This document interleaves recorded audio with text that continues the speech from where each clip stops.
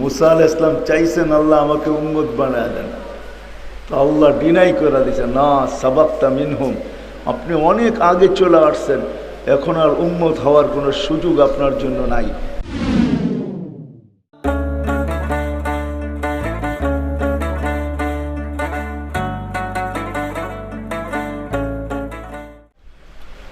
অত্র মাহফিলের সম্মানিত সভাপতি, উপস্থিত উলামায়ে কেরাম, দূর দূরান্ত থেকে আগত মুসলমান ভাইয়েরা, যে পর্যন্ত লাউড স্পিকারের আওয়াজ পৌঁছতেছে পর্দার অন্তরালে মা ও বোনেরা, কোরআন হাদিস থেকে যতটুকুই তেলাওয়াত করলাম আশা রাখি একই সামনে রেখে অতি অল্প সময় কিছু কথা বলবো। সাথে সাথে দোয়ার দরখাস্ত, আল্লাহ আমাকে আপনাদেরকে সমগ্র মুসলমানকে সঠিক জিনিসকে বোঝা, শিখা এবং মানার তৌফিক দান করেন।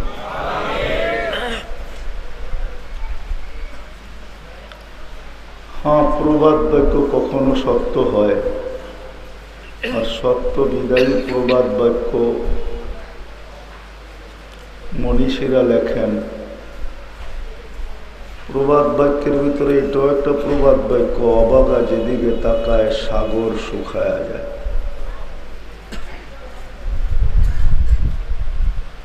বিদায় মজমা যতই ছোট হোক, কিন্তু যদি বিক্ষিপ্ত না হয়, এক জায়গায় হয়, তাইলে মনে হয় মজমার একটা আদব আছে, আদব হিসাবে এটা সবচেয়ে সুন্দর হয়। এই জন্য যারা দূরে দূরে বসে আছি, দরখাস্ত করব মজমার সাথে মিলা বসলে, কেননা রাত্র এখন 11:30 বাজতে চলছে। সত্য বলতে গেলে এনার্জি আমারও নাই, আর 11:30টায় আমার আশাটা, এটা ঠিক ওই কবির কথা আজকে সত্য, যে খুদ ফাসা কয়েদ মে বুলবুল ক্যা খাতা সৈয়াদ কি। আমার কারণে আমি আজকে এই খাঁচার ভিতরে ঢুকছি, যে আমি 11:30টায় আসছি। অন্যথায় মাদ্রাসাওয়ালারা তো আমাকে 10টাই দিছিলেন, কোনো একটা কারণবশত যেটা হয়ে ওঠে নাই। ওমা তাশাউনা ইল্লা আইয়াশা আল্লাহ। মানুষ অনেক কিছু চায় জীবনে, কিন্তু না হওয়ার সংখ্যাটাই অনেক বেশি থাকে, হওয়ার সংখ্যাটা অনেক কম। কি আমার কথা বোঝেন তো? সুর টুর কিন্তু হবে না, কারণ আমার কাছে সুর নাই, কোত্থেকে দিব আপনাদেরকে?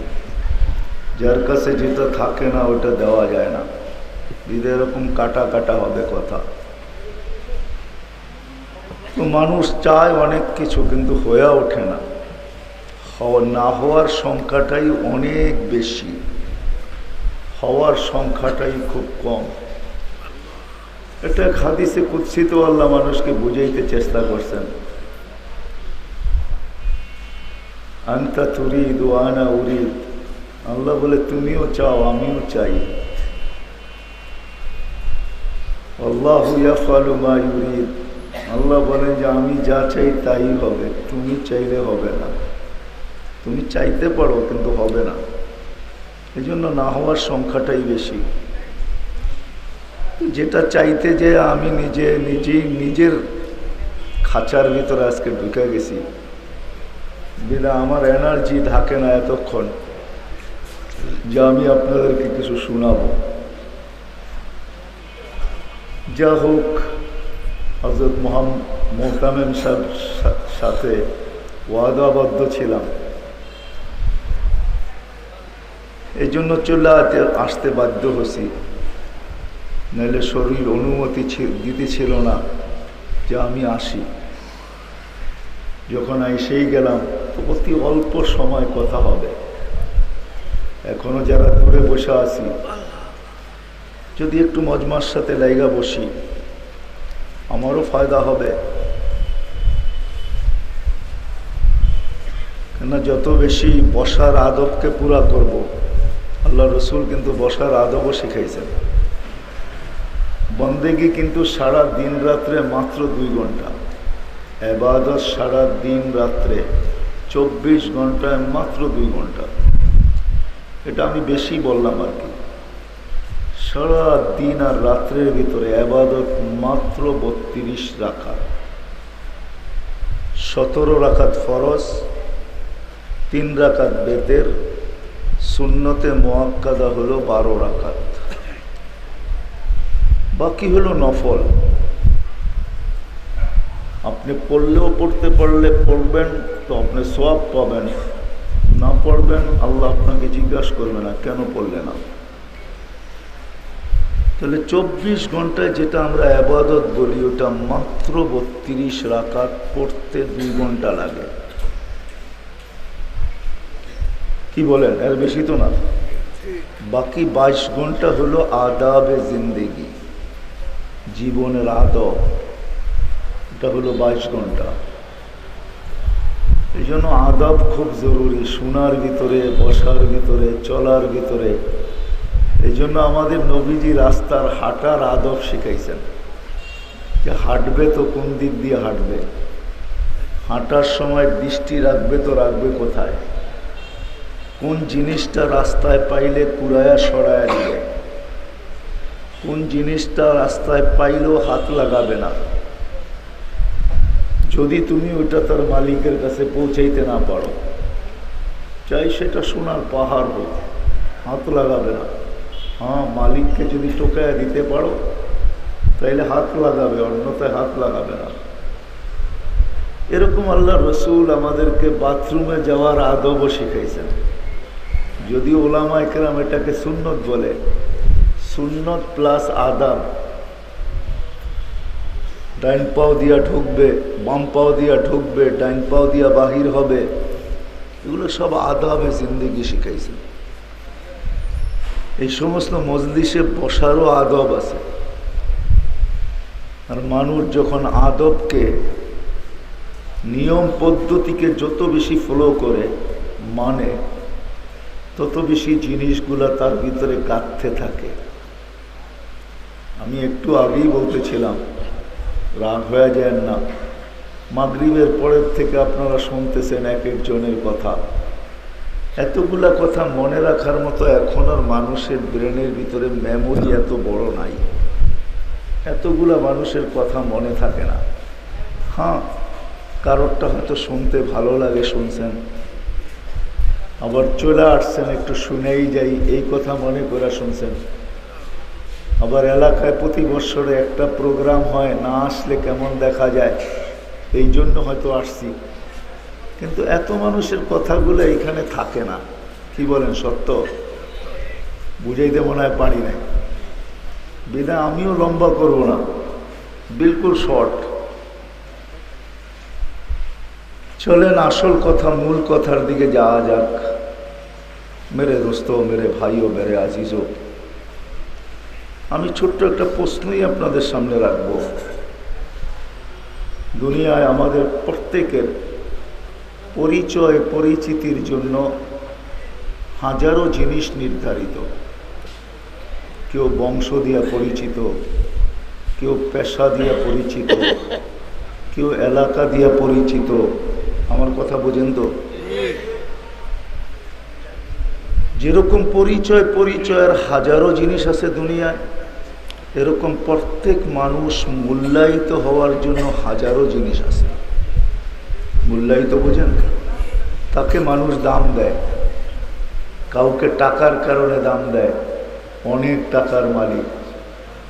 কাউকে সৌন্দর্যের কারণে দাম দেয়, তার রূপের চর্চা এলাকায় খুব, এই জন্য সৌন্দর্যের কারণে দাম দেয়। কাউকে মানুষ দাম দেয় তার গলের আওয়াজ খুব সুন্দর, এই জন্য আওয়াজের জন্য দাম দেয়, ঠিক না? কেউ দেখতে বড় গঠন অবর্ণনীয়, গঠনের কারণে। হ্যাঁ, রাগ হয় না, আমি বুঝানোর জন্য বলতেছি। দুনিয়ায় পরিচয় পরিচিতির হাজারো ধারা আছে। যুবকরা ভালো বুঝবে হয়তো, কাঠ দিয়া কাঠকে পিটাইও অলরাউন্ডার হওয়া যায়, ঠিক না? কি বলো যুবক? ক্রিকেটের বলটাও কিন্তু কাঠের, এটার উপরে চামড়া লাগানো থাকে, ঠিক না? পিটাই কি দিয়া? কাঠ দিয়া। এটা দ্বারাও সারা দুনিয়ায় পরিচয় পরিচিতি অর্জন হইতেছে এবং হইতে থাকবে। দুনিয়ায় পরিচয় পরিচিতির হাজারো রাস্তা আছে।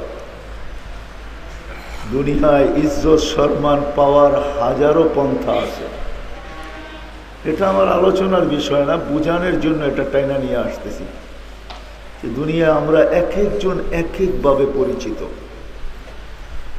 একটা ফ্যামিলিতে দেখা যাবে কেউ বাপ হিসাবে পরিচিত, কেউ আবার ভাই হিসাবে পরিচিত, কেউ আবার খালু হিসাবে পরিচিত।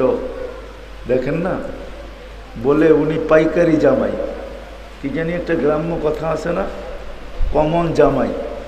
এলাকায় বিয়ে করছে সবাই জামাই কয়, ঠিক না? পুরো এলাকার মানুষই ওনাকে জামাই বললে চিনে, নাম বললে চিনে না। দুনিয়ার মানুষের হাজারো পরিচয় পরিচিতি আছে, পন্থা আছে, হাজারো জিনিসের মাধ্যমে সে পরিচয় পরিচিতি অর্জন করতে পারে। আবার দুনিয়ায় মূল্যায়িত হওয়ার জন্য হাজারো রাস্তা আছে। হায় মেরে দোস্ত, আমি ওই দিকে নিয়ে যেতে চাইতেছি না। আবার কে কি ব্যাখ্যা করে এটাও ভয় পাই। বিশ্ব সুন্দরী পুরা উলঙ্গ হয়েও আবার পরিচয় পরিচিতি অর্জন করা যায়, ঠিক না? আমার প্রশ্ন এটা না, আমার প্রশ্ন হলো বুঝানোর জন্য নিয়ে আসলাম। আশা করি আমার প্রশ্নটা আপনাদের পরে বুঝে আসবে। আমার কথা হলো যে আমার মালিকের কাছে, যিনি আমাকে নিয়ে আসছেন, ওনার কাছে আমার পরিচয় পরিচিতির ভিত্তি কি? উনি আমাকে কোন জিনিস দ্বারা মূল্যায়ন করবেন? এই দুটেই হলো আমার বোঝানোর জিনিস। দুনিয়ায় তো পরিচয় পরিচিতি হওয়ার, পরিচয় পরিচিতি অর্জন করার হাজারো পন্থা আছে। এটি নিয়ে আমার কোনো আলোচনা নাই। কি বুঝাইতে পারলাম? দুনিয়া হাজারো ভাবে মানুষ হাজারো জিনিসের মাধ্যমে দুনিয়ায় ইজ্জত সম্মান ভক্তি শ্রদ্ধা অর্জন করা যায়। আমার এটাও বিষয় না। আমার বিষয় হলো যে আল্লাহ আপনাকে আমাকে তৈরি করছেন, যিনি আপনাকে আমাকে অস্তিত্ব দিয়েছেন, আবার চিনার কাছে আপনাকে আমাকে যেতে হবে। বাঁচার কোনো রাস্তা নাই। দুনিয়া উন্নত হতে পারে, আমরাও উন্নত হতে পারি, আপডেট দুনিয়া হইতে পারে, আমরাও আপডেট হতে পারি। দুনিয়া আকাশে সিঁড়িও লাগাইতে পারে, কিন্তু মৌত থেকে ভাগার কোনো সুযোগ নাই। যদি হইতো তাহলে কবি কোনোদিন এই কথা লিখতেন না। আমি কবিরকেই আগে বলি, মৌত থেকে পালাও তুমি, মৌত তোমায় আসে ঘিরি, যদিও নাকি পালাও তুমি আকাশেতে লাগিয়ে সিঁড়ি। ওইটার থেকে পালানো যাবে না। এই জন্য আল্লাহ বলছেন আইনাল মাফার, তুমি ভাগবে তো ভাগবে কোথায়, ছুটা যাবে তো যাবে কোথায়, ইল্লা বে সুলতান, যেখানে যাবে ওইখানে আমারই রাজত্ব। বিদে আমি জায়গায় চলে আসছি, লম্বা কিন্তু হবে না, আগেই বলছি, শর্টেই শেষ করা হবে। কালকেও প্রোগ্রাম আছে, এমন না যে আজকেই শেষ বেলা, কালকেও সারাদিন রাত্র গভীর রাত্র পর্যন্ত প্রোগ্রাম হবে, ওলামা ইকরাম আসবে, আপনারা শুনবেন। বিদে আমি শর্টে এতটুকুই বুঝাইতে চাইতেছি যে দুনিয়ায় তো হাজারো পন্থা আছে পরিচয় পরিচিতি অর্জন করার। ইজ্জত সম্মান কুরআনের হাজারো পন্থা আছে, কিন্তু যে আল্লাহ আমাকে নিয়ে আসলো, আবার যে আল্লাহ আমাকে নিয়ে যাবে, নিয়ে আসছে কে? আল্লাহই কিন্তু আমাদেরকে নিয়ে আসছেন। আমরা সদ ইচ্ছায় আসি নাই। কেউ বলতে পারবে না যে আমি সদ ইচ্ছায় আসছি। না কোনো শাইখুল হাদিস, না কোনো মুহাদ্দিস, না কোনো মুফাসসির, না কোনো ওলি, না কোনো গাউস, না কোনো কুতুব। সৃষ্টির সর্দারই যখন এই কথা বলছেন, সৃষ্টির সর্দারকে চিনেন? সৃষ্টির সর্দার, সৃষ্টির মাথার মুকুট, সৃষ্টির বাদশাহ মুহাম্মদুর রাসূলুল্লাহ সাল্লাল্লাহু আলাইহি ওয়াসাল্লামই যখন এই কথা বলছেন, আলহামদুলিল্লাহিল্লাযী খালাকানি, প্রশংসা ওই আল্লাহর যিনি আমাকে অস্তিত্ব দিয়েছেন, ওয়ালাম আকু শাইআ, আমার অস্তিত্বই ছিল না। অথচ যার অস্তিত্ব না, যার পরিচয় পরিচিতির ঢঙ্কা, যার পরিচয় পরিচিতির স্লোগান, যার পরিচয় পরিচিতির এলান, যার পরিচয় পরিচিতির চর্চা, যার পরিচয় পরিচিতির মাইকিং সৃষ্টির সমগ্র সৃষ্টির আগের থেকে চলতেছিল। কোনো সৃষ্টি হন নাই, শুধু আল্লাহ একা। ওই দিন থেকেও আল্লাহ চর্চা চালায়া যেতেছিলেন, স্লোগান প্রচার চালায়া যেতেছিলেন। যার অস্তিত্বের প্রচার চলতেছিল, যার মর্যাদার প্রচার চলতেছিল।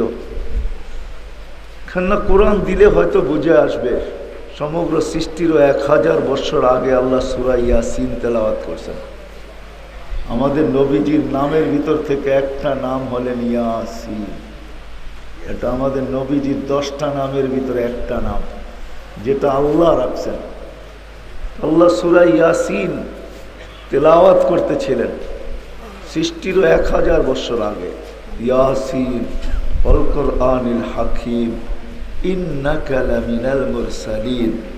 আল্লাহ কসম খায়া বলতেছিলেন, এবারতের ভঙ্গি বলে, কথার ভঙ্গি বলে, যে ওই সময় মনে হয় উনি আল্লাহর সামনেই বসা ছিলেন, যার কারণে আল্লাহ সম্বোধন করতেন ইন্নাকা, নইলে আল্লাহ সম্বোধন করতেন ইন্নাহু, উনি। কিন্তু আল্লাহ সম্বোধন করতেছেন আপনি লামিনাল মুরসালিন, নবী হিসাবে প্রেরিত। উনি যখন বলতেছেন যে আমার অস্তিত্ব ছিল না, আল্লাহ আমাকে অস্তিত্ব দিছেন, তাইলে তো প্রশ্নই ওঠে না যে আপনি আর আমি সদিচ্ছায় অস্তিত্ব লাভ করছি। আমরা সদিচ্ছায় আসি নাই। এই জন্যই তো ইমাম গজালি রহমতুল্লাহ আলাইহি লিখতে বাধ্য হয়েছেন যে নেয়ামত যদি দেখা যায় তো এটা সত্য অগণিত, গুণা শেষ করা যাবে না। কিন্তু সবচেয়ে বড় নেয়ামত এটাও দেখা যায় যে এর চেয়ে বড় কোনো নেয়ামত হয়তো নাই, যে আল্লাহ আমাদেরকে মানুষ হিসাবে অস্তিত্ব দিয়েছেন। মানুষ হিসাবে অস্তিত্ব পাইছি বিদায় এখন নিজে বলতে পারি বুকে হাত রেখা আমি সৃষ্টির সেরা। কি বলেন? হ্যাঁ, আর এটা আমাদের উক্তি না, আল্লাহ বলতেছেন ওয়ালাকাদ কাররামনা বনি আদম, মানুষ তুই সৃষ্টির সেরা। মানুষের ভিতরে কালো থেকে কালো, ও বুকে হাত রেখা বলতে পারে আমার চেয়ে সুন্দর কেউ নাই। আমার চেয়ে সৃষ্টির ভিতরে আল্লাহ কোনো সৃষ্টিকে সুন্দর বানান নাই, এই কথা ও কসম খায়াও বলতে পারে। কেননা আল্লাহই স্বীকারোক্তি দিতেছেন কসম খায়া, অত্তিন ওয়াজ্জাইতুন ওয়াতুরি সিনিন ওয়াহাদাল বালাদিল আমিন। 4 কসমের পরে আল্লাহ নিজেই বলতেছেন লাকাদ খালাকনাল ইনসানা ফি আহসানি তাকওয়িম। ও মানুষ, তোর গঠন যেমনই হোক, তোর কালার যেমনই হোক, তোর বাসা যেমনই হোক, তোর দেশ যেমনই হোক, তোর বংশ যেমনই হোক, তুই সৃষ্টির ভিতরে সবচেয়ে সুন্দর। তো অস্তিত্ব আমি সদিচ্ছায় লাভ করি না, আল্লাহ আমাদেরকে অস্তিত্ব দিয়েছেন, তাই না? কি বলেন? না সদিচ্ছায়? হ্যাঁ, মানুষ হিসাবে আবার সদিচ্ছায় অস্তিত্ব নেই। আবার মুসলমানের ঘরে আমরা আসছি, এটা সদিচ্ছায় আমাদের নির্বাচন না যে আমরা নিজেরা নির্বাচিত করছি তো আল্লাহ মুসলমানের ঘরে আমাকে পাঠাইছেন, না না, এটাও আল্লাহর নির্বাচন। আল্লাহ আমাদেরকে নির্বাচিত করে মুসলমান মায়ের ঘরে পাঠাইছেন, মুসলমান বাবার ঘরে পাঠাইছেন। কোরআন দিতেছি আমি, কোরআন এটাই বলে, হ্যাঁ, মান ইউরিদিল্লাহু আন ইয়াহদিয়াহু ইয়াশরাহ সাদরাহু লিল ইসলাম। যার মঙ্গল আল্লাহ চান তাকে মুসলমান মা বাবার ঘরে পাঠান। আবার এটাও বড় যে নবীকে আমরা নির্বাচিত নিজে করি নাই। মুহাম্মদুর রাসূলুল্লাহ সাল্লাল্লাহু আলাইহি ওয়াসাল্লাম আমাদের নবী, এটা আমাদের নির্বাচন না, আমরা নিজেরা নির্বাচন করি নাই, আমরা নিজেরা চাই নাই। বরং কিতাবে দেখা যায় যারা চাইছেন একজনও পান নাই। মুসা আলাইহিস সালাম চাইছেন আল্লাহ আমাকে উম্মত বানায় দেন, তো আল্লাহ ডিনাই করে দিয়েছে, না সাবাক্তা মিনহুম, আপনি অনেক আগে চলে আসছেন, এখন আর উম্মত হওয়ার কোনো সুযোগ আপনার জন্য নাই, এরা অনেক পরে আসবে, বিদায় সুযোগ নাই। কিন্তু আমাদেরকে আল্লাহ সদ ইচ্ছায়, আমরা জানিও না, আমাদেরকে সর্বশ্রেষ্ঠ নবীর উম্মত বানায় দিয়েছে। প্রত্যেকগুলো খুলতে গেলে অনেক সময়ের দরকার হবে, কিন্তু আমি প্রত্যেকগুলোকে খুলতে চাই না। যে উম্মত হইতে পারা আমরা কতটুকু লাভবান হয়েছি, যে হইতে পারে না সে কতটুকু লাভবান হয় নাই, আমরা কতটুকু লাভবান হয়েছি উম্মত হইতে পারা। যে উম্মত হইতে পারা আমরা কতটুকু লাভবান হয়েছি, এটা এখন খোলার সময় নেই। বিধায় আমি আসল কথার দিকে চলে যাই। মেরে দোস্ত, আসেন আজকের থেকে ভাবি। দুনিয়া নিয়ে তো সারাদিনই ভাবি যে পরিচয় পরিচিতি কিভাবে অর্জন করা যায়। দুনিয়ার এই 60-70 বছরের জীবনে ইজ্জত সম্মান দুনিয়ার মানুষের মাঝে কি করে অর্জন করা যায়, এটা নিয়ে তো সারাদিনই ভাবি। চলেন আজকে একটু ভাবি আর দেখি যে আল্লাহর কাছে আমার পরিচয় পরিচিতি কিসের ভিত্তিতে, পরিচয় ইজ্জত সম্মান কিসের ভিত্তিতে। প্রথম একটা একটা করে নিয়ে আসি, বংশের ভিত্তিতে কিনা, না আল্লাহর কাছে কারো পরিচয় পরিচিতি ইজ্জত সম্মানের ভিত্তি বংশ না। যদি হতো তাহলে সবচেয়ে বেশি, তাহলে আবু তালেবকে কোনোদিন জাহান্নামে যেতে হতো না। জিবরিল আলাইহিস সালাম নিজে বলতেছেন, কল্লাবতুল কাবাইলা কুল্লা, সমগ্র গোত্রকে আমি ছাইনা দেখছি। মা ওয়াজাদতু আশরাফা মিন কুরাইশ, আশরাফ কুরাইশের থেকে উত্তম কোনো বংশ আল্লাহ পয়দা করেন নাই। বিদায় বংশ আল্লাহর কাছে ইজ্জত সম্মান পরিচয় পরিচিতির কোনো ভিত্তি না। শুধু কুরাইশ না, আবু তালেব আরেক ধাপ আগে, সেটা হলো সে কুরাইশীয়, সে হাশিমীয়। বংশ মানুষের কাছে পরিচয় পরিচিতির কোনো সম্পর্ক রাখে না। আল্লাহর কাছে পরিচয় পরিচিতি পাওয়া বা ইজ্জত সম্মান পাওয়া, এটার জন্য বংশ কোনো ভিত্তি রাখে না। হ্যাঁ, দুনিয়াতে রাখে। দুনিয়াতে অমুক বংশের তমুক বংশ, এমন বংশ দুনিয়াতে আছে যার নাম নিলে কোথাও টিকিট দিতে হয় না, টিকিট দেখাইতে হয় না, শুধু নাম নিলেই চলে। দুনিয়ার মূল্যায়ন আছে, কিন্তু আল্লাহর কাছে না। দ্বিতীয় হলো সম্পর্ক। সম্পর্ক যদি মানুষকে আল্লাহর কাছে পরিচয় পরিচিতি দিতেন, তাহলে আমি দুনিয়ার কয়েকটা সম্পর্ক আপনাদেরকে দেখাই। ঘনিষ্ঠ থেকে ঘনিষ্ঠ সম্পর্ক, বাপ বেটার সম্পর্ক বড় ঘনিষ্ঠ হয়, একজন আরেকজনের অংশ হয়। বাপ বেটার সম্পর্ক, একজন আরেকজনের সন্তান, এটা ওলামাদেরকে জিজ্ঞাসা করেন, অনেক ঘনিষ্ঠ সম্পর্ক। কিন্তু আল্লাহ এটাও দেখবেন না। যদি দেখতেন তাহলে নূহ আলাইহিস সালামের ছেলে কোনোদিন জাহান্নামে যেত না। কোনোদিন আল্লাহ এই কথা বলতেন না, ইন্নাহু লাইসা মিন আহলি ইন্নাহু আমালুন গায়রু সালেহ। নূহ আলাইহিস সালামের মতো নবী হাত তুলছেন, তো আল্লাহ হাত নামায়া দিয়েছেন, আপনি হাত নামান, সে আপনার সন্তান হতে পারে, কিন্তু আমাদের কাছে কোনো পরিচয় পরিচিতি মূল্য রাখে না, কোনো দাম রাখে না, ইজ্জত রাখে না, সম্মান রাখে না। আমি দ্রুত চলতেছি। আরেকটা সম্পর্ক আছে যেটা স্বামী স্ত্রীর, কারো কোনো অঙ্গ কারো কাছে লুকায়িত না। যদি স্বামী স্ত্রীর সম্পর্ক দ্বারা কিছু হইতো, তাহলে আসিয়া কোনোদিন এই মর্যাদা পাওয়ার যোগ্য ছিল না, আর ফেরাউন কোনোদিন এত নিকৃষ্ট হওয়ারও যোগ্য হতো না। ফেরাউন আসিয়ার স্বামী, আর আসিয়া ফেরাউনের স্ত্রী। কারোর অঙ্গ, কোনো অঙ্গ কারো কাছে লুকাইতো না।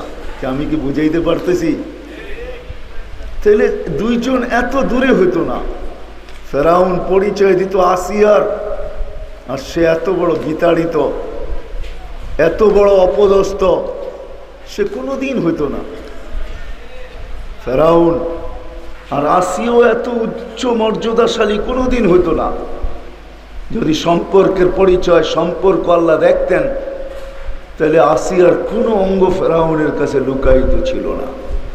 একই খাটে ঘুম, একই লেপের নিচে দুজন, একই বালিশে রাত্র কাটায়, কোনো অঙ্গ কোনো কারো কাছে লুকায়িত না। পড়ে ফেরাউনের, খায় ফেরাউনের, থাকে তার ঘরে। তাইলে আল্লাহ কোনোদিন আসিয়াকে মরার আগেই জান্নাতকে দেখাইতেন না। মৃত্যুর আগেই আল্লাহ জান্নাত দেখায় মনকে ঠান্ডা করাইছেন। আসিয়া খুশিতে বাগ বাগ হয়েছে, কিন্তু চেহারা মলিনও হয়েছে যে জান্নাত আছে, রানী আসি, রাজা নাই, এই জান্নাতের মজা নাই। তো আল্লাহ এটাও বলছেন যে আসিয়া জান্নাত পাওয়ার পরেও খুশি না, কেননা সে একাকিত্ব বোধ করতেছেন যে একা একা কি করে জান্নাতে থাকবো, কি মজা হবে জান্নাতে। তো আল্লাহ এটাও আসিয়ার পূরণ করছেন যে আসিয়া, জান্নাত যখন দিছি তো তোমাকে রাজাও দিব, আর রাজাও এমন দিছেন যার উপরে রাজত্ব কারো নাই, শুধু আল্লাহর আছে। তো আসিয়া জিজ্ঞেস করছে এই রাজা কে? তো আমি তো বলি জান্নাত পায়া যতটুকু খুশি না হয়েছে আসিয়া, রাজা পায়া এর চেয়ে কোটি গুণ বেশি খুশি হয়েছে যখন আল্লাহ শুনাইছেন যে মুহাম্মদুর রাসূলুল্লাহ সাল্লাল্লাহু আলাইহি ওয়াসাল্লাম তোমার জান্নাতের রাজা। এরকম হাজারো জিনিস আপনাদেরকে দেখানো যাবে। সোসাইটি যদি বলেন যে সোসাইটি আল্লাহ দেখে, তো জিবরিল আলাইহিস সালাম নিজে বলতেছে কাল্লাবতুল আরদা মা ওয়াজাদতু আতিয়াবা মিন মক্কা, সারা দুনিয়ার জমিনকে আমি ছাইনা দেখছি, মক্কার চেয়ে উত্তম কোনো জমিন পাই নাই। হায় হায়, হাজি যারা গেছেন তারা দেখছেন আবু জাহেলের বাড়িটা কোথায়, ঠিক না? হ্যাঁ, পেশাব না আসলো তো একটু পেশাব করে আসছেন, ঠিক না? অন্যজনে যদি জিগায় আপনার তো পেশাব লাগে না, কেন যান? দেখি দুই এক ফোঁটা হয় কিনা, ওর কপালে দিয়া যাইতে পারি কিনা, ঠিক না? ঘরটা কোথায়? বিলকুল বাইতুল্লাহর সাথে। মারওয়া দিয়া বাহির হবেন ডাইন দিক দিয়া, বিলকুল আপনার নাকে যায় বাড়ি খাবে। আমি তো বলি ওর মন চাইছিল যে আমি কাবার লগেই দুটা কামরা বাড়ায় নেই, কিন্তু হয়তো ওই সমাজের কারণে বাড়াইতে পারে নাই, বিদায় মারওয়ার লগে যায় বাঁধায় দিছেন যে এইখানেই আমার দুটা কামরা বাঁধায় দিই। ওইখানে তার জন্ম। যদি সোসাইটি মানুষকে, ওই সোসাইটি কেমন সোসাইটি? আমাদের মতো? আল্লাহ নিজে বলতেছেন আউয়ালা বাইতিন উদিয়া লিন্নাস লাল্লাযী বিবাক্কাতা মুবারাকান হুদাল লিল আলামিন, যেটা সমগ্র জগতের হেদায়েতের মার্কাজ। মান দাখালাহু আমিনা, ঢুকবে নিরাপত্তা পাইতে দেরি করবে না। মাসাবাতাল লিন্নাসি ওয়া আমনা, যেটা নিরাপত্তার ঘাঁটি এবং ইনসানিয়াতের ছাউনি, ওই জায়গায় যার জন্ম। বংশগতভাবে কোরাইশ, আল্লাহর রসুলের সাথে সম্পর্কিত। ও মেরে দোস্ত, চলেন দুই একটা দেখায়া বুঝাইতে চেষ্টা করি। আল্লাহর রসুলের ইশারা পর্যন্ত যে পাইছে তার ভাগ্য খুলে গেছে। ইশারা যে পাইছে, ইশারা। হাদিসে দাব আছে, দাব মানে গুইসাপের হাদিস। গুইসাপ আল্লাহ রসুলের ছোঁয়া পান নাই, ইশারা পাইছেন, শুধু ইশারা। আল্লাহ রসুল গুইসাপের দিকে ইশারা করছেন, আইয়ুহাদ দাব, হাত দিয়ে ইশারা করতে দেরি, সে জীবিত হইয়া মাথা উঁচা করে চিৎকার দিতে দেরি করে নাই। সে কি বলে চিৎকার দিতেছে? লাব্বাইক ওয়া সাদাইক ইয়া সাইনা ওয়াফা ইয়াউমিল কিয়ামা। ও দুজাহানের বাদশাহ, আপনার ইঙ্গিত পাইতে দেরি, আমার ভাগ্য খুলতে দেরি হয় নাই। যদি একটা প্রাণীর ইশারার দ্বারা ভাগ্য খোলে, আমি নিয়ে যেতেছি আপনাদেরকে, ইশারায় ভাগ্য খুলে গেছে। কি করছে? শুধু। আবার ছোঁয়ায় ভাগ্য খুলে গেছে। ছোঁয়ায়, ছোঁয়া বোঝেন তো? আল্লাহর রসুলের পিঠের ছোঁয়া পাইছে। জুমার দিন খেজুর গাছের সাথে ট্যাক লাগায় আল্লাহ রসুল পিঠ লাগায় জুমার খুতবা পড়তেন। তখন মেম্বর তৈরি হয় নাই। যখন মেম্বর তৈরি হয়েছে, তো আল্লাহ রসুল যখন মেম্বরে পা দিছেন, দিতে দেরি, খেজুর গাছের থেকে কান্নার আওয়াজ আসতে দেরি হয় নাই। যেমন ছোট বাচ্চা ফুফায় ফুফায় কাঁদতেছে, সাহাবা পুরা মসজিদ তালাশ করতেছে এই বাচ্চা কার, কাঁদেই বা কেন? তো কান পাইতা দেখে না, কোনো বাচ্চার কান্না না, এটা তো খেজুর গাছের কান্না। যে কয়েকদিন আল্লাহ রসুলের পিঠের ছোঁয়া পাইছেন, পাওয়ার দ্বারা নিজেকে এতটুকু ধন্য মনে করছেন যে আজকে পিঠের ছোঁয়া সরতেছে, তো সে তার মনকে বুঝাইতে পারতেছে না।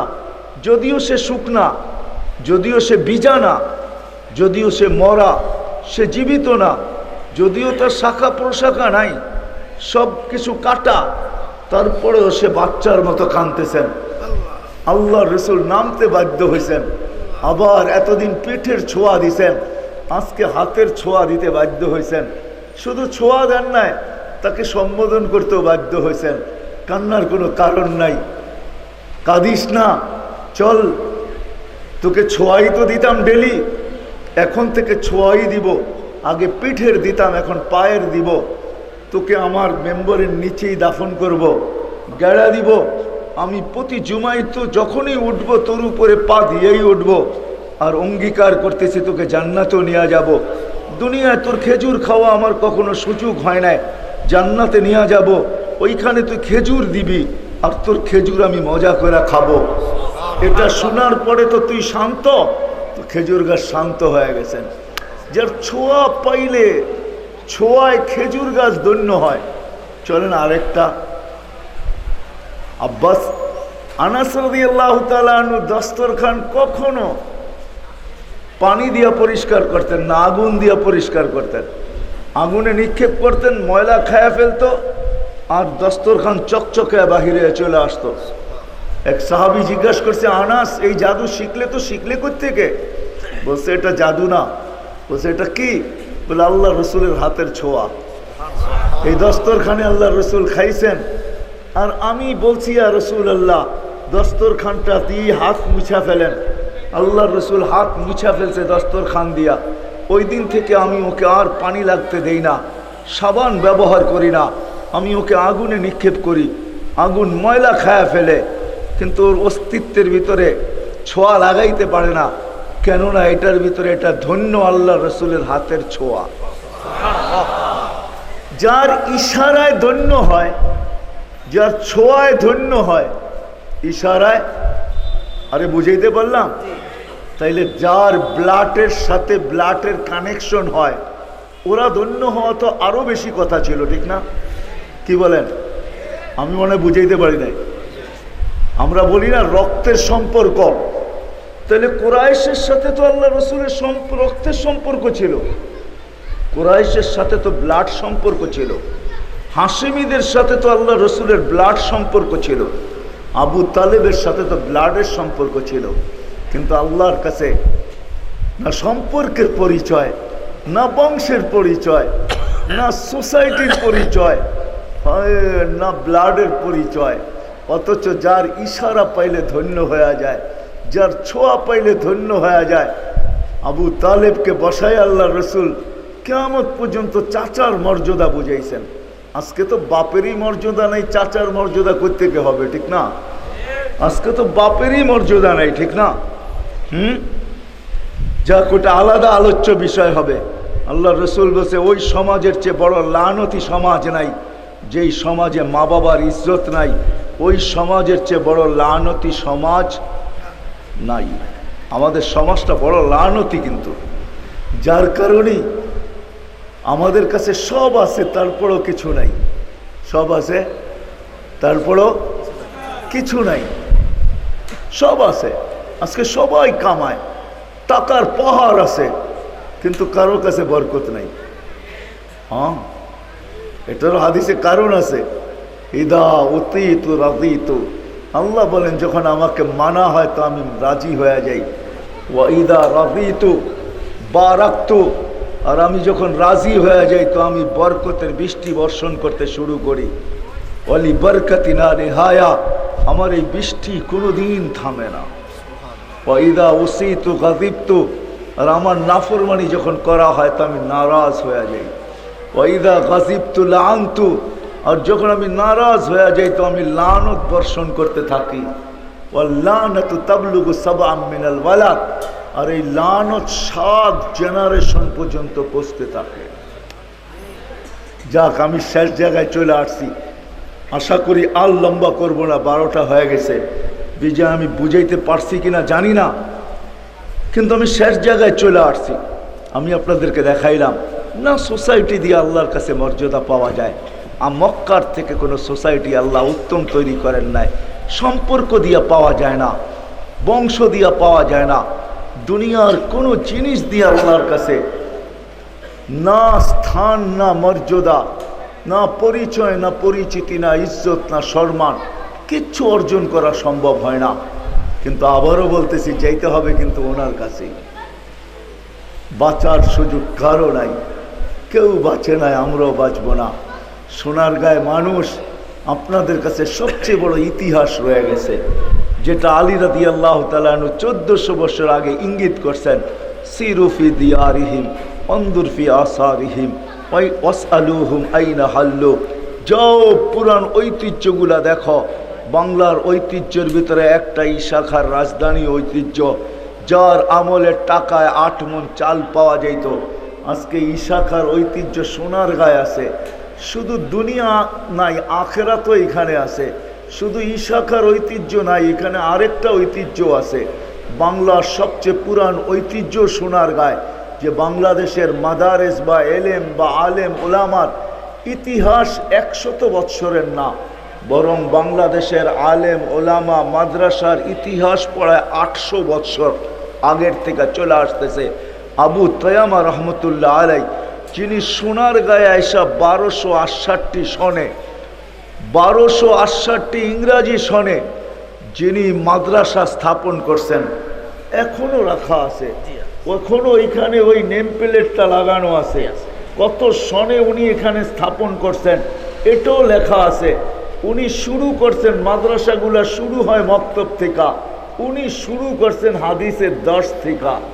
মাদ্রাসাগুলা শুরু হয় হেফজোখানার থেকে, উনি শুরু করছেন ইফতা ফেকা থেকে। উনি উপর থেকে নিচে আসছেন, মাদ্রাসাগুলা নিচের থেকে উপরে যায়। আপনাদের কাছে পুরান ঐতিহ্য দুনিয়া হিসাবেও আছে শাখা, এর চেয়ে বড় ঐতিহ্য বাংলাদেশে কিছু নাই। শাখার রাজধানী আছে, শাখা নাই। আখেরাতের লাইনের ঐতিহ্য সোনারগাঁয়ে। আবু তয়ামার ওই নেম প্লেট এখনো আছে, আবু তয়ামার বসার জায়গাটা এখনো আছে, কিন্তু আবু তয়ামা রহমতুল্লাহ আলাইহ নাই। বিদায় আমরাও একদিন চলে যাব। চলেন শেষ কথা, আজকের থেকে ভাবি, সারা দিনই তো ভাবি দুনিয়ায় কিভাবে ইজ্জত পাবো, সম্মান পাবো। এটার জন্য সারা দিন দৌড়াইতে থাকি। পরিচয় পাবো, পরিচিতি পাবো, এই জন্য পাওয়া যাবে, আমাদের বহুত জনের জ্যাবেও পাওয়া যাবে। নিজের কার্ড তো রাখতে পারি নাই, আরেকজনের ভিজিটিং কার্ড জ্যাবে রাখছি। কখনো প্রয়োজন হলে ওইটাই বাহির করে দেখাবো। ওনাকে চিনেন? যদি বলে হ্যাঁ, ওনাকে চিনবো না কেন, তো আমিও বলবো উনি আমার পরিচিত। না হইলে উনি আমাকে ভিজিটিং কার্ডটা দিতেন না। দেখেন না, উনি আমাকে ভিজিটিং কার্ডটা দিচ্ছেন, মানে আমরা ভিজিটিং কার্ড দ্বারাও পরিচয় পরিচিতি অর্জন করতে চাই। মেরে আজিজ ও সোনারগাঁয়ের মানুষ, প্রথমেই আমি বলছি যে অবাগা যেদিকে তাকায় সাগর শুকায়া যায়। অবেলা চলে আসছি আমি, আর এটার ভিতরে আমি নিজেই ফাঁসা গেছি, যার কারণে আর লম্বা করতে চাই না। দুনিয়ায় পরিচয় পরিচিতি অর্জন করার হাজারো পদ্ধতি রয়ে গেছে। দুনিয়ায় ইজ্জত সম্মান, সাময়িক ইজ্জত সম্মান অর্জন করার হাজারো পদ্ধতি রয়ে গেছে। কিন্তু যেই মালিক আপনাকে আমাকে নিয়ে আসছেন, যেই মালিক আপনাকে আমাকে নিয়ে যাবেন, যিনি আমাদেরকে 60-70 বৎসর জীবন দিছেন, সেটা নারী হোক আর পুরুষ হোক, যেটাকে উনি আল্লাহ নিজে স্বয়ং খুলা বলছেন, ইবনা আদম লা তাফরাহ বিদুনিয়া ইকা। ও মানুষ, দুনিয়ার উন্নতি, দুনিয়ার চাকচিক্য, দুনিয়া ডিজিটাল হওয়া, দুনিয়া আপডেট হওয়া, দুনিয়া উন্নত থেকে উন্নত হওয়া তোমাদেরকে যেন মাতাল না করে। ফা ইন্নাকা গায়রা মুখাল্লাদ, এটা দিলের ভিতরে গাইথা রাখো, তুমি চিরঞ্জীব না। আবার যুবকদেরকে বলছে শাবাব লা ইয়াক্তারুকা শাবাবুকা, যুবক যৌবন যেন তোকে মাতাল না করে, এটা দিলের ভিতরে গাইথা রাখো। কাম্মিন শাব সাবাকাকা ইলাল মউত, কত যুবককে তো আমরা বুক ভরা আশা, চোখ ভরা স্বপ্ন সহ যৌবন অবস্থায় কবরের কোলে শোয়ায় দিছি। তোমাকেও আমরা যেই কোনো মুহূর্তে শোয়ায় দিতে পারি, কারণ আমাদের জন্য কোনো বাধা নাই, আল্লাহর জন্য কোনো বাধা নাই, মালাকুল মউতের জন্য কোনো বাধা নাই।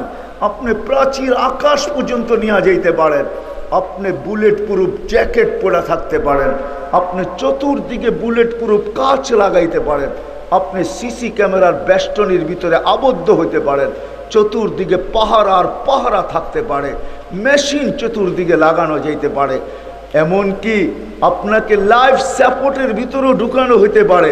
কিন্তু আল্লাহ বলেন ইদা যা আজালু, যখন সীমা আসবে সীমায় তুমি পা দিবে, লা ইয়াস্তাখিরু সাআতাম ওয়ালা ইয়াস্তাকদিম, 1 সেকেন্ড আগেও না 1 সেকেন্ড পরেও না, সময় মতো তোমাকে উঠানো হবে। আমাদের জন্য কোনো বাধা নাই। বিদায় আসেন সোনারগাঁয়ের মানুষ, একটু ভাবি যে আল্লাহর কাছে পরিচয় পরিচিতি কি দ্বারা অর্জিত হবে। কেননা যাইতে তো হবে, সুযোগ তো নাই এখানে থেকে যাওয়ার, সুযোগ তো নাই বাইপাস করার, সুযোগ তো নাই পালায়া যাওয়ার, সুযোগ তো নাই হারায়া যাওয়ার।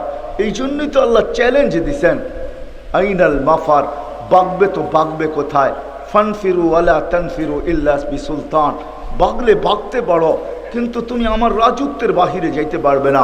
আরেক জায়গায় আল্লাহ এটাও বুঝাইছেন, হুয়া মাআকুম আইনা মা কুনতুম, যেখানে যাবে ওইখানে আমি তো তোমার সঙ্গে থাকবো।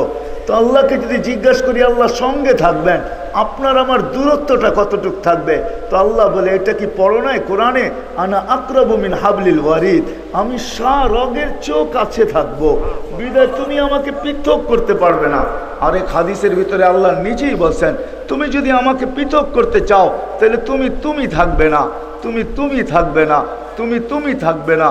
তুমি যদি আমাকে পৃথক করতে চাও, ফালা আইনুন তানদুর ফালা আইনুকা লা তানদুর ফালা আইনুকা তানদুর, তোমার চক্ষু কোনোদিন দেখবে না, ওয়ালা লিসানুন তান্তিক, তোমার জিহ্বা কোনোদিন বলবে না, ওয়ালা উযুনুন তাসমা, তোমার কান কোনোদিন শুনবে না, ওয়ালা আকলুকা তুমাইয়িজ, তোমার আকল কোনোদিন ভালো মন্দ বুঝবে না, ওয়ালা ইয়াদুকা তাফতিশ, তোমার হাত কোনোদিন ধরবে না, ওয়ালা রিজলুকা তামশি, তোমার পাও কোনোদিন চলবে না।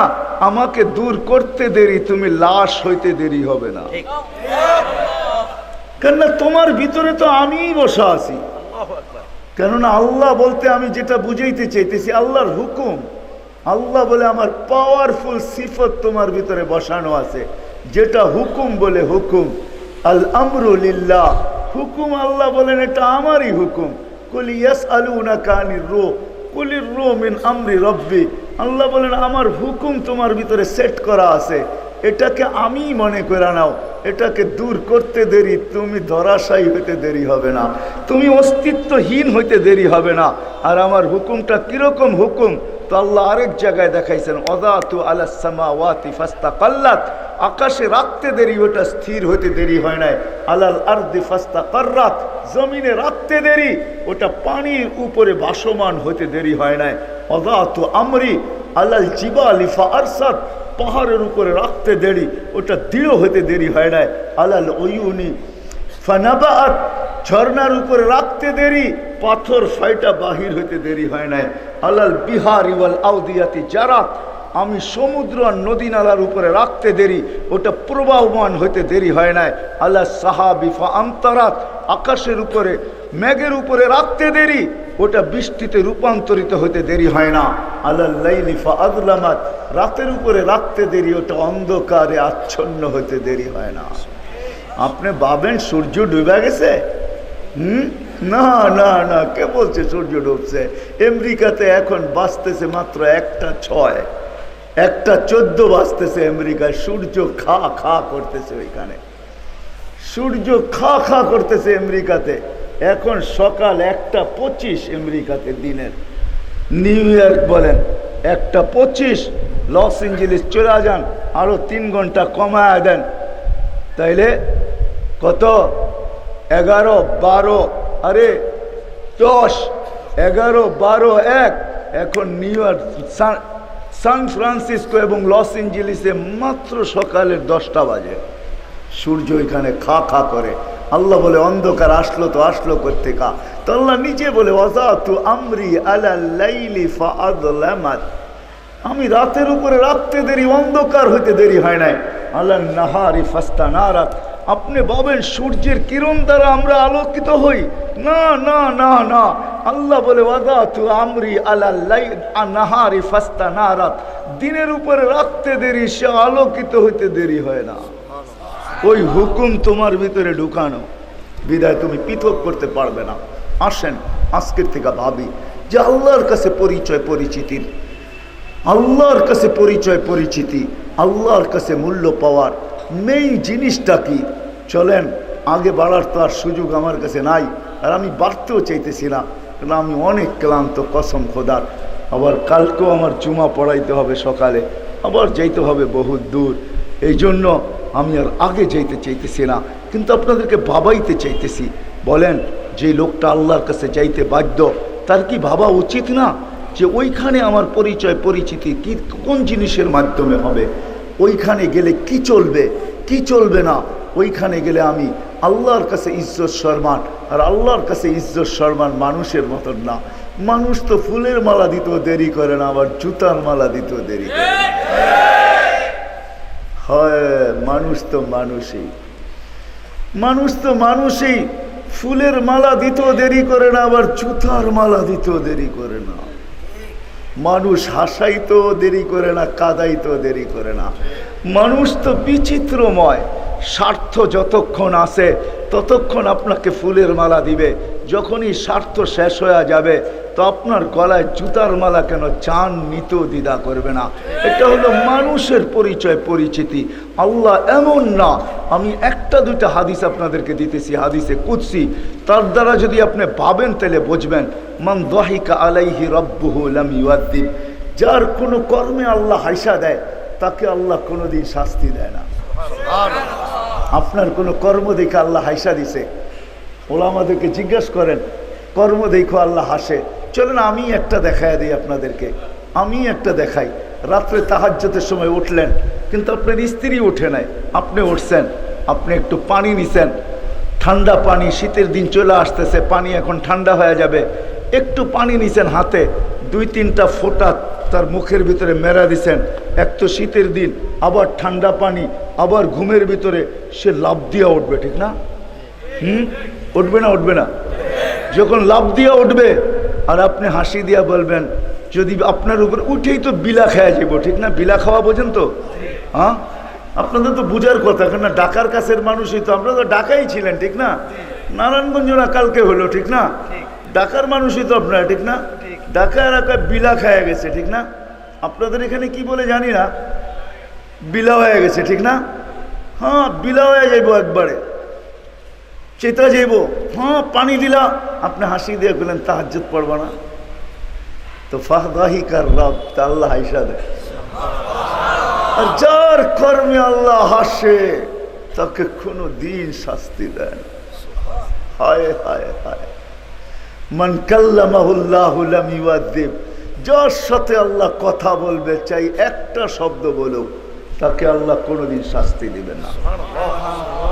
মান খাতাবাহু লাম ইউআদ্দিব, যাকে আল্লাহ মুখাতাব বানায়, সম্বোধন করে, ওকে কোনো দিন আল্লাহ শাস্তি দিবে না। আমার কাছে, আমি অবেলা চলে আসছি তো, কোরআনে আল্লাহ আমাদেরকে মুমিন বলছেন, ইয়া আইয়ুহাল্লাযীনা আমানু, যত জায়গায় আল্লাহ মুমিন বলে সম্বোধন করছেন। আর আমি যদি মোমেনের পরিধির ভিতরে নিজেকে রাখতে পারি, কসম খোদা আল্লাহ একে শাস্তি কোনো দিন দিবে না। ওলামা যদি বলে এই হাদিস কোত্থেকে, আমি আপনাদেরকে ডজন শুনাইতে পারি, ডজনের উপরে শুনাইতে পারি। আমার কাছে সংগ্রহ আছে ডজনের উপরে, যে আল্লাহ এই কাজ করলে আল্লাহ শাস্তি দিবে না। হয় হয়, আল্লাহ যাকে ইশারা করবে তাকেও শাস্তি দিবে না। আল্লাহ আল্লাহ। এই জন্য আমি শেষ জায়গায় আসছি। চলে আজকের থেকে চলেন ভাবি, আমি পুরা মজমা না পাইলেও আওয়াজ যাইতেছে পুরা মহল্লায়, সবাই এখানে বসতে বসতে অতিষ্ঠ হয়ে গেছে। হতে পারে আমি ভালো ধারণাই রাখি, সবাই বাড়িতে যেয়ে কান পাইতা শুনতেছে।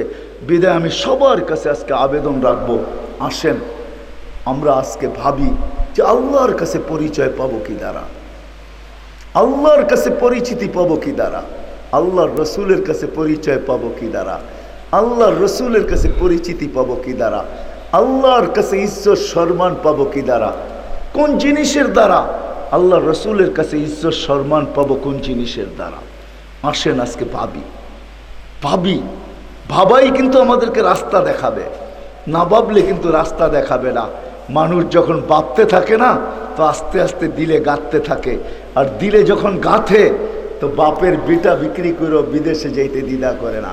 কিন্তু সে জানে না বিদেশ যে তার ভাগ্য খুলবে কি খুলবে না। এটা কেউ জানে না। সবাই যে খোলে এমন না, অনেক মানুষ আছে বাপের বিটা বিক্রি করে আইসা 10টা বিটা কিনা ফেলছে, বিটা বোঝেন তো।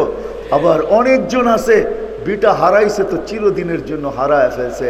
বিদেশ যাওয়ার পরেও, স্বপ্ন দেখার পরেও আজ পর্যন্ত তার স্বপ্নে কোনো বাস্তবতা আসে নাই, বাস্তবায়ন হয় নাই। হুমা পাখির উপরে তার হাত লাগে নাই, পরশ পাথর তাকে ছোঁয়া দেয় নাই। এরকম হাজারো আছে, ঠিক না? কেউ জানে না ভাগ্য খুলবে কি খুলবে না, কিন্তু গাইথা গেছে তো দিলে তো কি করবে।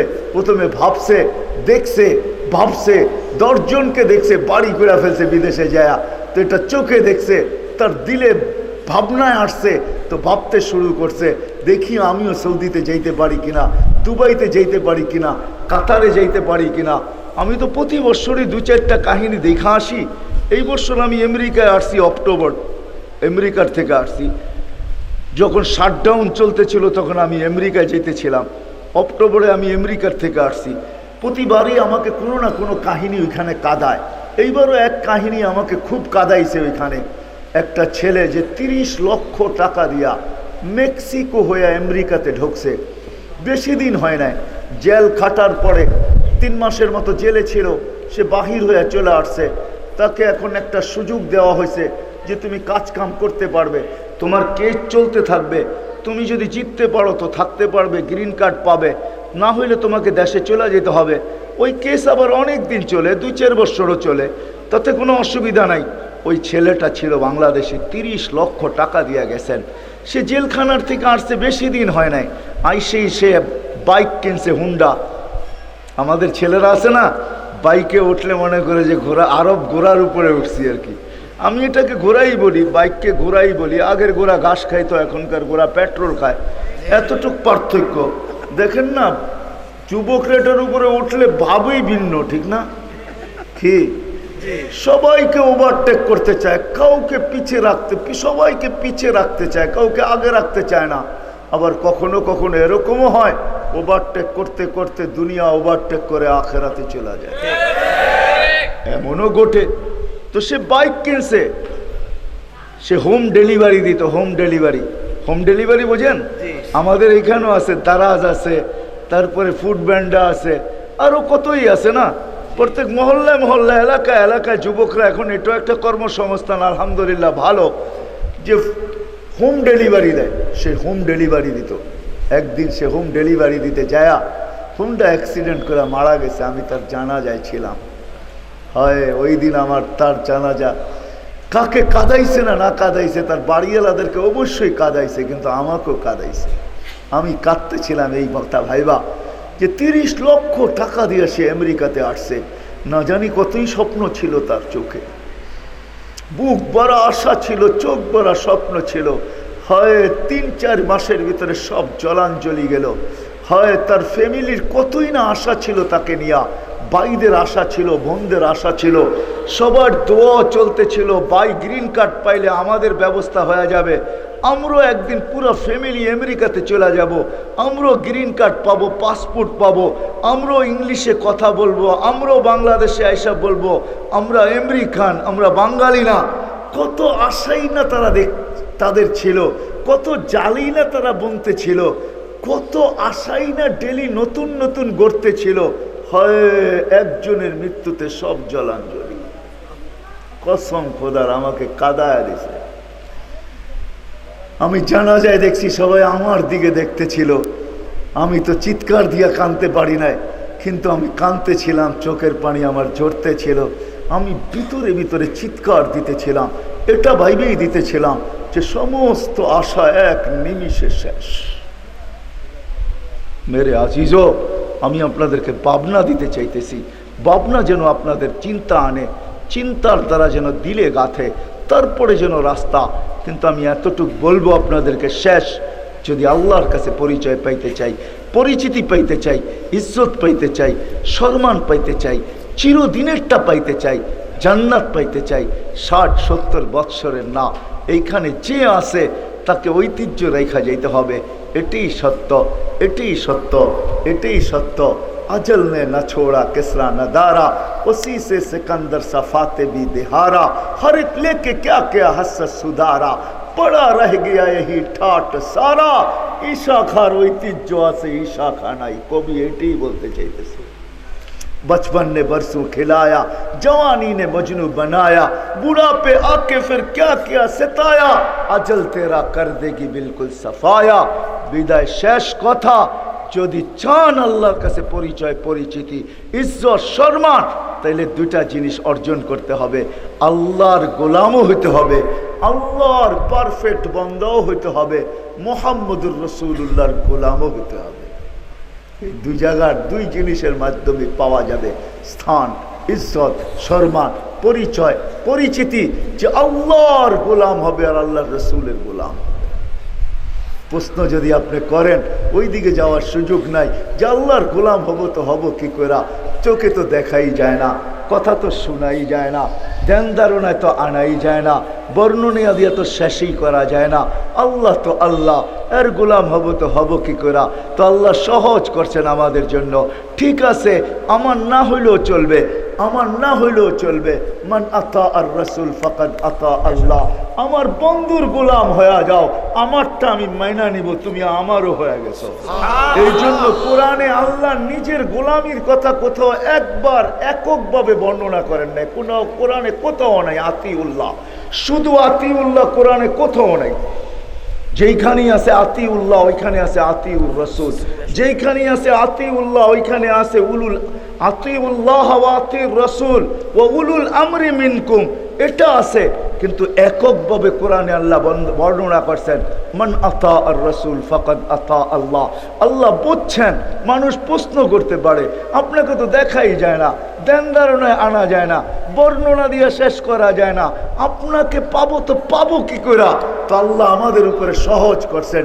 ঠিক আছে, মাইনা নিলাম, আমার বন্ধুর গোলাম হয়ে যাও, আমার গোলাম হয়ে যাবে। বিদায় আসেন আজকে আল্লাহর রসুলের গোলামির অঙ্গীকার করি, যে আমি আজকের থেকে আল্লাহর রসুলের গোলাম হব। ওই গোলামি আপনাকে আমাকে শিখতে হবে। এটার জন্যই আল্লাহ বাংলাদেশের মতো ক্ষেত্র দুনিয়ায় কোথাও তৈরি করেন নাই। আমি দুনিয়ার ঘুরা দেখি নাই, তাহাদিসে নেয়ামত বলতেছি। কেউ ভাবতে পারেন আমি অহংকার করি, দিলের খবর তো আল্লাহ জানে, আপনাদেরকে বুঝানোর জন্য বলতেছি। ৯৯টা দেশ তো এই পর্যন্ত দেখা হয়ে গেছে। আমি একটা সেঞ্চুরি পুরা করি না ইচ্ছা করা, ৯৯টা দেখা কমপ্লিট।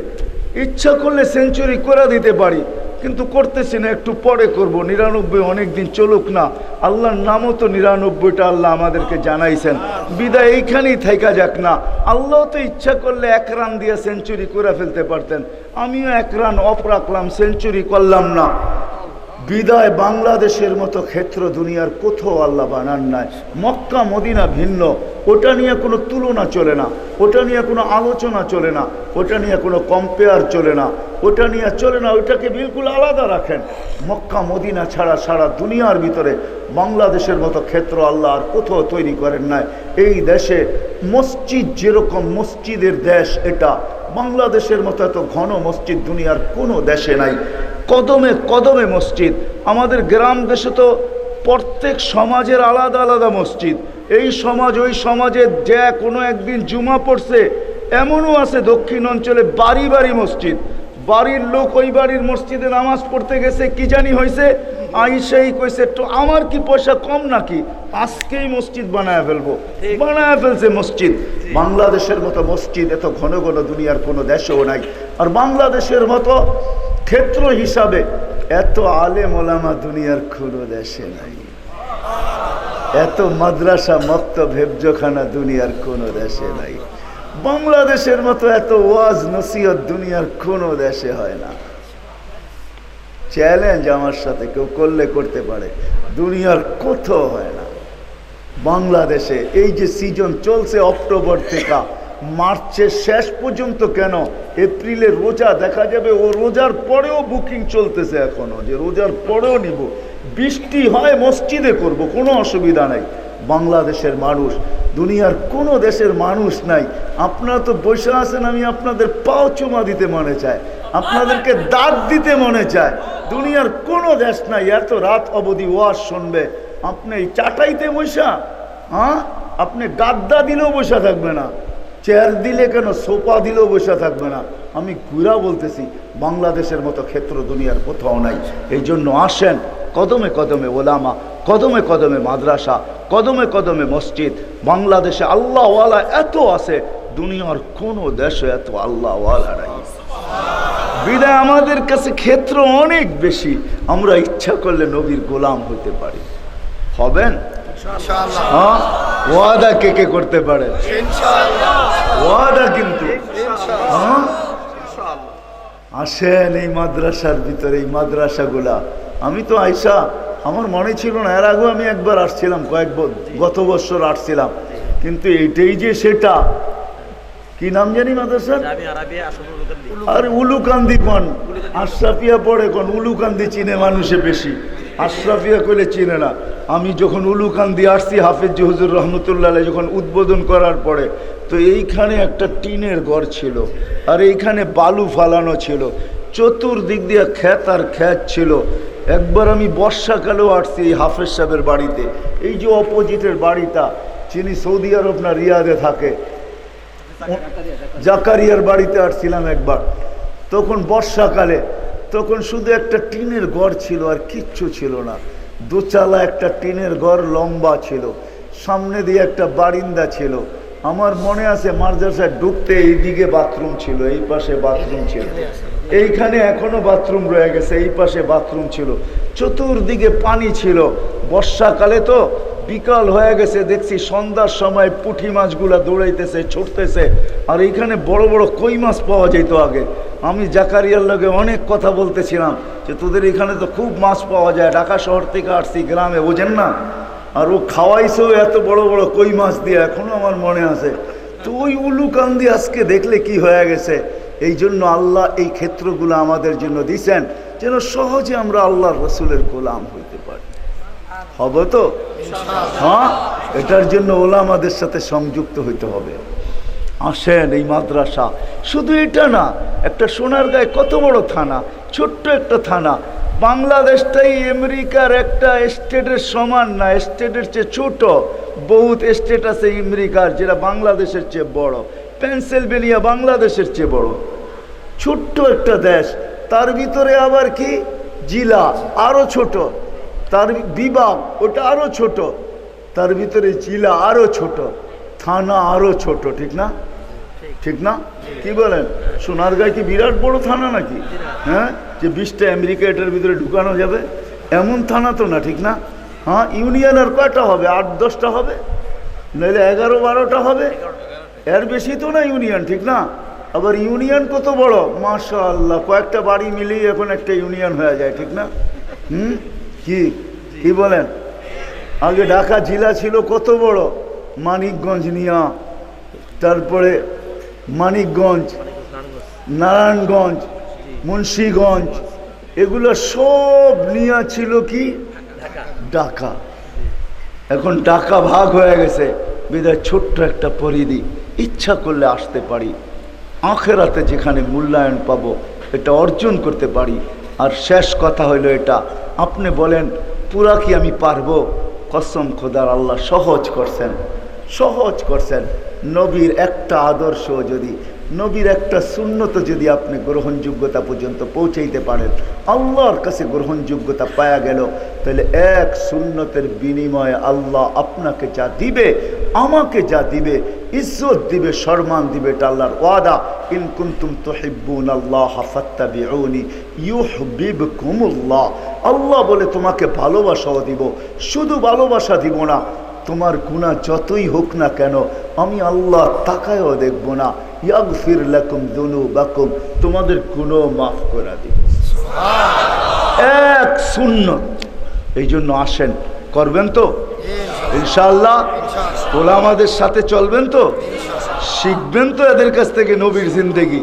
আরে মাদ্রাসার মাঠে আইসা আইসা মাঝে মাঝে ঘুরা যায়, কেউ আর মুস্কি মুস্কি হাসি দিয়া যান। কেউ যদি বলে আসেন, মুস্কি হাসি দিয়া চলে যান, বলে তুমি বুঝবে না, তুমি বুঝবে না, তুমি বুঝবে না, হাসি দিয়া চলে যান। এই কথা মনে করা যে এটা নবীর ঘর, এইখানে কলা কলার রসুল হয়। আমি একটু ঘেরান নেওয়ার জন্য আসছিলাম, এই ঘ্রাণ সেই ঘ্রাণ না যেটা লাগাইলে 1 ঘন্টা পরে শেষ হয়ে যায়। এই ঘ্রাণ যদি, এই ভালোবাসা যদি আপনার আল্লাহর কাছে গ্রহণযোগ্যতা পাইল, তা আল মারউ মান আহাব্বা, এই ভালোবাসা কসম খোদার আপনাকে টাইনা জান্নাতে নিবেই নিবে, নিবেই নিবে, নিবেই নিবে। আল মারউ মান আহাব্বা। আপনি আইসেন আর ঘুরুম দিয়া মুস্কি হাসি দিয়ে চলে যান, আপনার জিজ্ঞাসা করলে মুস্কি হাসি দিয়ে চলে যান, বলে তুমি বুঝবে না, ভালোবাসা টানে আসি আর ভালোবাসায় মুস্কি হাসি দিয়ে চলে যাই। আল্লাহ আমাকেও আমল করার তৌফিক দান করো, আপনাদেরকেও আমল করার তৌফিক দান করো। ওমা আলাইনা ইল্লাল বালাগ। اللهم لك الحمد كما ينبغي لجلال وجهك وعظيم سلطانك يا حنان يا منان يا جواد يا كريم اللهم صل